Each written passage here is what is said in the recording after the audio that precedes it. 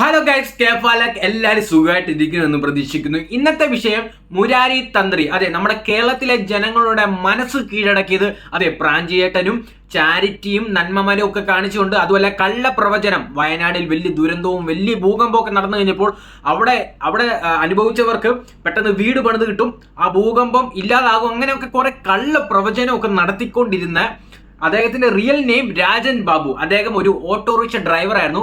എത്രയും പെട്ടെന്ന് അദ്ദേഹം പെട്ടെന്നൊരു ജ്യോതിഷനായി, ഒരു പ്രവചന സ്വാമിയായി. എന്തുവാ അല്ലേ? അദ്ദേഹത്തിന്റെ ഒരു പഴയ ഹിസ്റ്ററി പോലും അറിയാതെ സാധാരണക്കാരായുള്ള പാവപ്പെട്ടവരൊക്കെ വിശ്വസിച്ച് ഇങ്ങനെ ഇദ്ദേഹത്തിന്റെ മുന്നിൽ വന്ന് ഇപ്പോൾ പെട്ടിരിക്കുവാണ്.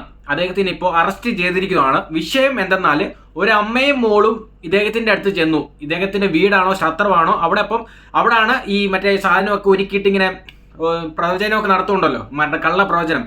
ഞാൻ ഈസി ആയിട്ട് ഒരു കാര്യം പറഞ്ഞോട്ടെ. അദ്ദേഹത്തിന്റെ ഒരു ക്യാരക്ടർ ഞാൻ പെട്ടെന്ന് പറയുവാണെങ്കിൽ, നമ്മളിപ്പം കഴിഞ്ഞ ഇടയിൽ ഇറങ്ങിയ നിവിൻ പോളിയുടെ ഹിറ്റ് പടം സർവം മായ എല്ലാവരും കണ്ടിട്ടുണ്ടെന്ന് പ്രതീക്ഷിക്കുന്നു. ഇപ്പോൾ OTT-ലും ഇറങ്ങിയിട്ടുണ്ടല്ലോ. അപ്പം ആ സിനിമയിലെ അജു വർഗീസിന്റെ ക്യാരക്ടർ അറിയാലോ, ആ അതേ സാധനമാണ് ഈ ഐറ്റം. അജു വർഗീസ് എന്താണ് ചെയ്യുന്നത്? തട്ടിക്കൂട്ട് കുറെ ജോലി ചെയ്യുന്നു. അതെ, എല്ലായിടത്തും വീട്ടിലൊക്കെ ചെന്നിട്ട് അവിടെ പ്രവചനവും അവിടെ കണ്ടുപിടുത്തലും ഒക്കെ ചെയ്ത് കൂട്ടുന്നു അല്ലേ, കള്ളത്തരം കാണിച്ച് അതിൽ നിന്ന് പൈസ മേടിക്കുന്നു.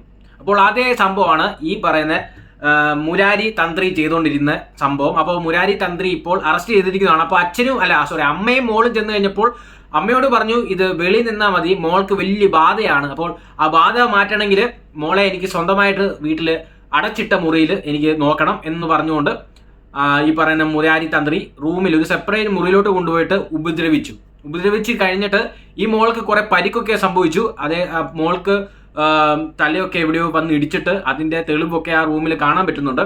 അപ്പോൾ അത് ഇൻവെസ്റ്റിഗേഷൻ ഇപ്പോൾ നടന്നുകൊണ്ടിരിക്കുകയാണ്. അപ്പോൾ ഇപ്പോൾ ആമുഖമായിട്ട് നമുക്ക് അറിയാൻ സാധിക്കുന്നത്, ഇപ്പോൾ ഈ മുരാരി തന്ത്രിയെ ഇപ്പോൾ അറസ്റ്റ് ചെയ്തിരിക്കുകയാണ്. അപ്പോൾ ആ സംഭവം നടന്നു കഴിഞ്ഞപ്പോൾ മോള് പെട്ടെന്ന് വീട്ടിൽ നിന്ന് ഇറങ്ങി ഓടി അമ്മയുടെ അടുത്ത് ചെന്നു. അമ്മ നേരെ നാട്ടുകാരെയൊക്കെ വിളിച്ച്, പോലീസിനെ വിളിച്ച് എല്ലാം ചെന്ന് ഇദ്ദേഹത്തിനെ പിടികൂടാൻ ചെന്ന് കഴിഞ്ഞപ്പോൾ ഇയാള് പെട്ടെന്ന് വീടിന്റെ ഏതോ ഒരു കുറുക്ക് വഴി, എപ്പോഴും കാണുമായിരിക്കും ഇവർക്കൊരു സീക്രട്ട് വഴിയൊക്കെ കാണുമല്ലോ, ഓടി എപ്പോഴും പരിചയമായി ശീലമായതൊക്കെ കാണുമായിരിക്കും. അപ്പോൾ പെട്ടെന്ന് തന്നെ ഇദ്ദേഹം മുങ്ങി ഏതോ ഒരു ലോഡ്ജിൽ പോയിട്ട് താമസിക്കുമായിരുന്നു. അപ്പോൾ അതിന്റെ ഇടയിൽ ഏതോ സമയത്ത് ഫോൺ ഇദ്ദേഹം സ്വിച്ച് ഓണാക്കിയ സമയത്ത് സൈബറിന് ഇത് ട്രേസ് ചെയ്ത് ഇദ്ദേഹത്തിനെ പൊക്കിയപ്പോൾ ജയിലിൽ ഇട്ടെന്നാണ് ഇപ്പം അറിയാൻ സാധിക്കുന്നത്. ഭയങ്കര സങ്കടമുണ്ട്. ഇദ്ദേഹത്തിന് കുറെ കോഞ്ഞാട്ടമൊക്കെ ഉണ്ട്. കുറെ സോഷ്യൽ മീഡിയയിൽ ഇദ്ദേഹം ഈ രീതിയിൽ ഒന്ന് പ്രാഞ്ചിയേട്ടൻ, ഒന്ന് ഇതുപോലെ സോഷ്യൽ മീഡിയയിൽ കുറെ കോപ്രായവും കോമാളിത്തരമൊക്കെ കാണിച്ചുകൊണ്ട് കുറെ വീഡിയോ ഇടുന്നു. അദ്ദേഹം ദുബായിലൊക്കെ ആയിട്ട് കുറെ കറങ്ങുന്നൊക്കെ ഉണ്ട്. അതൊക്കെ നമുക്ക് ഈ സോഷ്യൽ മീഡിയയിൽ അദ്ദേഹത്തിന്റെ ബയോ തന്നെ കൊടുത്തിരിക്കുന്നത് രാഷ്ട്രീയമില്ല, ലിംഗവ്യത്യാസമില്ല, മതമില്ല, അങ്ങനെയൊക്കെ പറഞ്ഞുകൊണ്ടുള്ള വലിയൊരു സാധാരണക്കാരനാണ്. ഭയങ്കര അദ്ദേഹം വലിയൊരു നന്മമരമാണെന്ന് ജനങ്ങളെ കാണിച്ച് ജനങ്ങളുടെ മനസ്സ് കീഴടക്കിയ ഒരു മനുഷ്യനാണ്. ശരിയാണ്, പുള്ളിയുടെ കുറെ വീഡിയോ ഭയങ്കര റീച്ച് കയറിയിട്ടുണ്ട്. അതുപോലെ വയനാട്ടിലെ വലിയ പ്രശ്നങ്ങളൊക്കെ നടക്കുന്ന സമയത്ത്, ഭൂകമ്പം നടക്കുന്ന സമയത്ത് അവിടെ അങ്ങോട്ട് ചെന്ന് അരിയൊക്കെ കൊണ്ടുപോകുന്നു, ചുമന്ന അരിയൊക്കെ വലിയ ചാക്കൊക്കെ കൊണ്ടുപോയി ഇതിനെക്കുറിച്ച് സംസാരിച്ചുകൊണ്ടുള്ള ഞാൻ കഷ്ടപ്പെടുന്നു, നമ്മുടെ വലിയ അങ്ങനത്തെ കുറെ പ്രാഞ്ചിയേട്ടന്റെ ഡയലോഗുകളുണ്ടല്ലോ.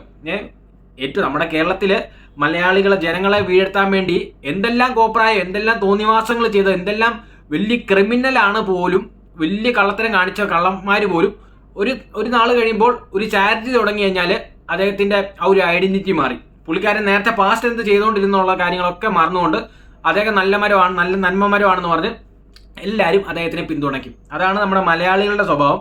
ആ ഒരു ഐറ്റം തന്നെയാണ് ഇദ്ദേഹവും എടുത്തു വെച്ചിരിക്കുന്നത്. അദ്ദേഹം ഇപ്പോഴാണ് അറസ്റ്റ് ആകുന്നത്, അത് മാത്രമേ ഉള്ളൂ. അതാണ് സംഭവം. ഇപ്പം പുള്ളി നേരത്തെ പാസ് ചെയ്തുകൊണ്ടിരിക്കുന്നതെല്ലാം വാനിഷായി. ഇനിയിപ്പോൾ ഒരു കാര്യം നടക്കില്ല. ഇനിയിപ്പം തുടങ്ങും ചാരിറ്റി എന്ന് പറഞ്ഞ്. ഇനിയും ജയിലിൽ നിന്ന് ഇറങ്ങി കഴിഞ്ഞപ്പോൾ ഇനി ചാരിറ്റി എന്ന് പറഞ്ഞ് തുടങ്ങിക്കഴിഞ്ഞാൽ മലയാളികൾ വീഴാവുന്ന കാര്യമുള്ളൂ. അതിപ്പോൾ നമ്മൾ കണ്ടോണ്ടിരിക്കുന്നു. കുറേ സംഭവങ്ങൾ നമ്മൾ കാണുന്നുണ്ടല്ലോ, നന്മമരം കാണിച്ചുകൊണ്ട്. നേരത്തെ പാസ്റ്റ് എങ്ങനെയാണെന്നു അത് നേരെ തിരിഞ്ഞു മറിയും. ഇതുപോലെ ചാരിറ്റി ഒക്കെ കാണിച്ചു കഴിഞ്ഞാൽ ജനങ്ങളെ ഏറ്റെടുക്കും. അപ്പോൾ പുള്ളിയുടെ കോഞ്ഞാട്ട് വരണമെന്ന് നിങ്ങളൊന്ന് കണ്ടു നോക്കണം. കമ്മലണിഞ്ഞ് പുഞ്ചിരി കാട്ടി നെഞ്ചിനകത്തെ ചില്ല് തകർത്തില്ലേ.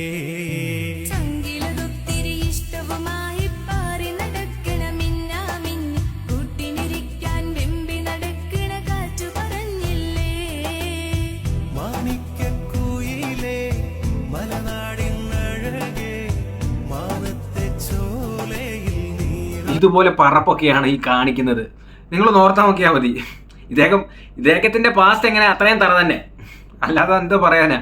ഒരു ജ്യോതിഷനാണ്, ഒരു അതിൻ്റെതായിട്ടുള്ളൊരു ക്യാരക്ടർ ഉണ്ടാകണ്ട്, അതിൻ്റെതായിട്ടുള്ളൊരു ഹ്യൂമർ സെൻസ് ഉണ്ടാകണ്ട്. അതൊന്നും അല്ല. ഇതൊക്കെ കണ്ടിട്ട് പോലും എന്തിന് ഇദ്ദേഹത്തിനൊക്കെ വിശ്വസിച്ച് ഇങ്ങനെ ആൾക്കാർ ചെല്ലുന്നു. ഒന്നെങ്കിൽ ഈ ചെല്ലുന്നവർ ഈ സോഷ്യൽ മീഡിയയോ മൊബൈലോ ഒന്നും നോക്കാത്തവരായിരിക്കും, അല്ലെങ്കിൽ ഇങ്ങനത്തെ കള്ളത്തരം ഇങ്ങനത്തെ ഒക്കെ കാണിക്കുമ്പോൾ തന്നെ അറിയാലോ, ഉറപ്പാണ്. എനിക്ക് തോന്നുന്നു ഇദ്ദേഹത്തിനെയൊക്കെ ഒരു പോലീസുകാർ നിഴലിലാക്കിയിരിക്കുന്ന, ഒരു ബ്ലാക്ക് ലിസ്റ്റഡ് ആക്കി ഇട്ടിരിക്കുന്ന ഒരു ആളൊക്കെ ആയിരിക്കും. കാരണം സോഷ്യൽ മീഡിയ ഇങ്ങനത്തെ കോഞ്ഞാട്ടം കാണിക്കുമ്പോൾ എന്തെങ്കിലും ഇദ്ദേഹം ഇത്ര വലിയ പറപ്പ് കാണിക്കുമെന്നുള്ളത് എല്ലാവർക്കും, ജനങ്ങൾക്കും അല്ല പോലീസുകാർക്കും അല്ല, എല്ലാവർക്കും അറിയാം. കാരണം ഇങ്ങനത്തെ ഈ വീഡിയോ ഇടുമ്പോഴുള്ള ഇദ്ദേഹത്തിന്റെ ക്യാരക്ടറിന്റെ ഉള്ളിലുള്ള ഒരു ആള് ഇങ്ങനെയുള്ള ഒരു ഐറ്റം ഉണ്ടെന്ന് എല്ലാവർക്കും അറിയാവുന്ന സ്ഥിതിക്ക് ഇങ്ങനത്തെ പറപ്പ് ഇപ്പോൾ ഇവരനുഭവിച്ചതുപോലെ ഇപ്പോൾ ജയിലിട്ടിരിക്കുന്ന കാരണം ഒരു കാലത്ത് സംഭവിക്കും എന്നുള്ളത് എല്ലാവർക്കും അറിയാവുന്ന കാര്യം തന്നെയാണ്. കാരണം ഇങ്ങനത്തെ കോഞ്ഞാട്ടം കാണിക്കുമ്പോൾ എല്ലാവർക്കും ആസ് യൂഷ്വൽ എല്ലാവർക്കും സ്വാഭാവികമായിട്ട് മനസ്സിലാകും. എനിക്ക് പ്രത്യേകിച്ച് ഇതിനെക്കുറിച്ച് പറയാനില്ല.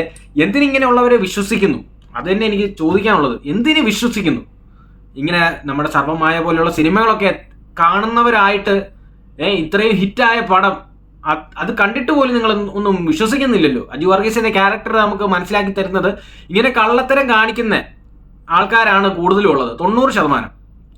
10% വല്ല പണ്ടുള്ളവരൊക്കെ ഇപ്പോഴും ജീവിച്ചിരിപ്പുണ്ടെങ്കിൽ അവരെ വിശ്വസിക്കാം. അന്ന് ഇതുപോലെ സോഷ്യൽ മീഡിയയോ ഇതുപോലെ റീച്ച് കിട്ടാൻ വേണ്ടിയൊന്നും ആൾക്കാരൊന്നും ഇറങ്ങിത്തിരിക്കുകയില്ല. ഇതൊക്കെ വെറും റീച്ചിന് വേണ്ടി, ഫെയിമിന് വേണ്ടിയൊക്കെ മാത്രം കളിക്കുന്ന മാത്രമേ ഉള്ളൂ. കഴിഞ്ഞ ദിവസം 24 തമ്മിൽ എന്നുള്ള പ്രോഗ്രാമിലും ഇദ്ദേഹം ഉണ്ടായിരുന്നെന്നാണ് അറിയുന്നത്. അതിലും കുറെ തോര എന്തൊക്കെയോ പൊട്ടത്തരമൊക്കെ പറയുന്നുണ്ടായിരുന്നെന്നാണ് ഞാൻ കണ്ടതൊക്കെ. ഇത് വലിയ പ്രത്യേകിച്ചൊന്നുമില്ല. ആൾക്കാരൊന്ന് കോൺഷ്യസ് ആയിട്ട് ഇരിക്കുക. ഇത്രയില്ല തട്ടിപ്പാണ് കൂടുതലുള്ളത്. അപ്പോൾ ഇതിന്റെ പുറകെ ഒന്നും ആരും പോകാതിരിക്കുക. അഥവാ എന്തെങ്കിലും വിശ്വാസം ഉണ്ടെങ്കിൽ നിങ്ങൾ കറക്റ്റായിട്ട് അത് മനസ്സിലാക്കി, ഇദ്ദേഹത്തിനെ കുറിച്ച് നല്ലവണ്ണം മനസ്സിലാക്കി, ഇദ്ദേഹത്തിന്റെ എക്സ്പീരിയൻസും പാസ്റ്റും ഒക്കെ ഒന്ന് വാല്യുവേറ്റ് ചെയ്തുകൊണ്ട് ഇദ്ദേഹത്തിന്റെ അടുത്തൊക്കെ ഇങ്ങനെയുള്ള വിശ്വാസത്തിന്റെ അടുത്തൊക്കെ ചെയ്യുന്നവരുടെ അടുത്ത് ചെല്ലുക എന്ന് മാത്രമേ എനിക്ക് പ്രത്യേകിച്ച് ഇതിനെക്കുറിച്ച് എനിക്ക് പറയാനില്ല. എന്തായാലും ഗൈസ്, നെക്സ്റ്റ് ഒരു വീഡിയോ ഉടനെ വരുന്നതായിരിക്കും. അപ്പോൾ വീഡിയോ ഇഷ്ടപ്പെട്ടിട്ടുണ്ടെങ്കിൽ ലൈക്ക്, കമന്റ്, ഷെയർ എന്തെങ്കിലുമൊക്കെ ചെയ്യണേ, സബ്സ്ക്രൈബ്